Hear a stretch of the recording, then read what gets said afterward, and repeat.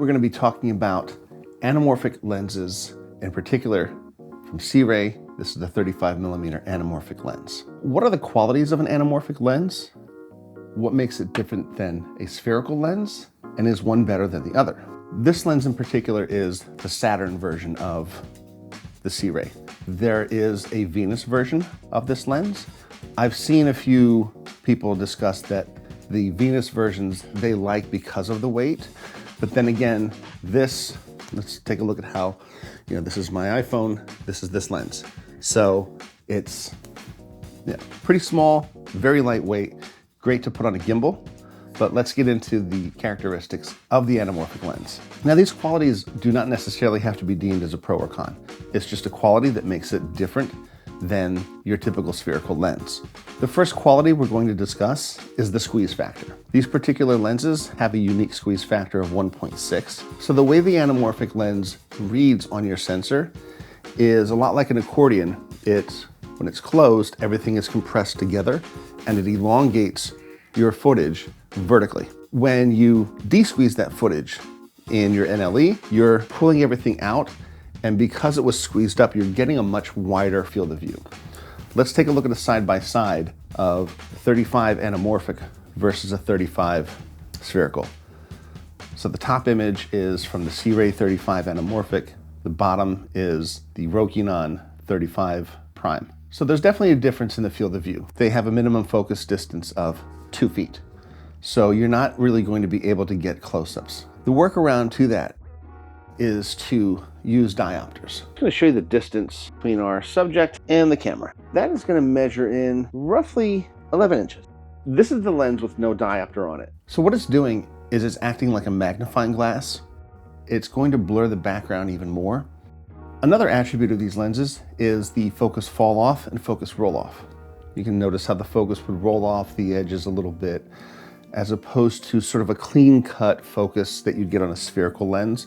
On the anamorphic, you're going to have a little bit of focus roll off on the edges, on the outline of the person. And that leads us to another attribute, corner distortion. This is more of a pincushion distortion as opposed to barrel that you get on spherical lenses. The edges will be curved in a little bit, but take a look at how easy this is to fix in post. Now, some people prefer that look because it gives it a dreamlike cast to it. And if you're going handheld on a gimbal, it can certainly create a sense of disorientation or floating. The next attribute we want to talk about is focus breathing. I like the way that this looks. If you notice when we rack back and forth between the focus and these shots, the whole frame seems to inhale and exhale. It's an effect that I like. So now we're going to get into the more popular attributes of these lenses, and that's lens flare. The light has to hit the lens directly in order for that flare to happen. You do get some nice artifacts from that glare too. Once again, this is something you may or may not want in the image. The newer versions of these come with the option of the classic blue, or you can order one that's neutral. Neutral will take on the color of the light source. The last attribute to talk about is the unique oval style bokeh that you get on these lenses. And in particular, with lights, it's more of an oval shape. For me personally, that's never been something that I've desired. I don't dislike it, but I don't seek out that look.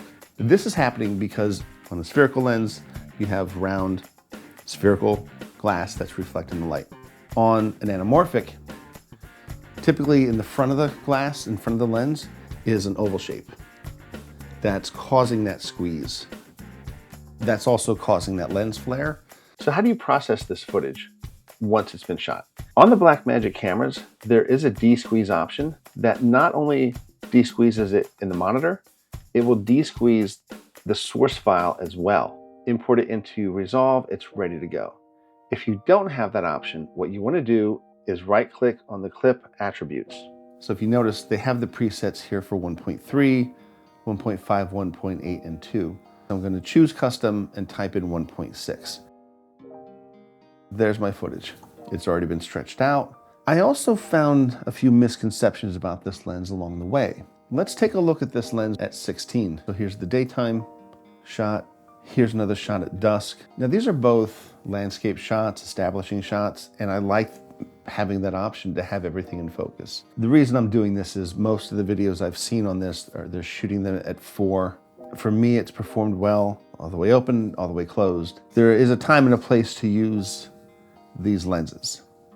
And it's just fun to have these options, and to have something like this at $1,100, it's very affordable. They make these for full frame sensors as well as for crop sensors, APS-C, and the versions of those lenses are considerably cheaper than the full frame.